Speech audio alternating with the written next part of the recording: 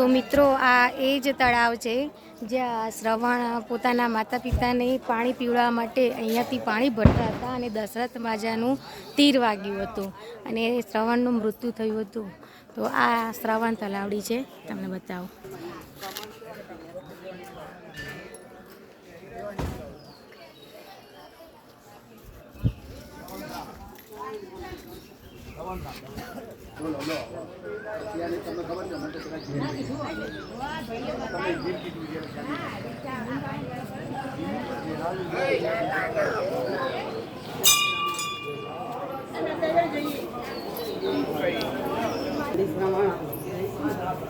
આર્યન શ્રવણ મા બાપ ને બેહાડે ને શ્રવણ ભગવાન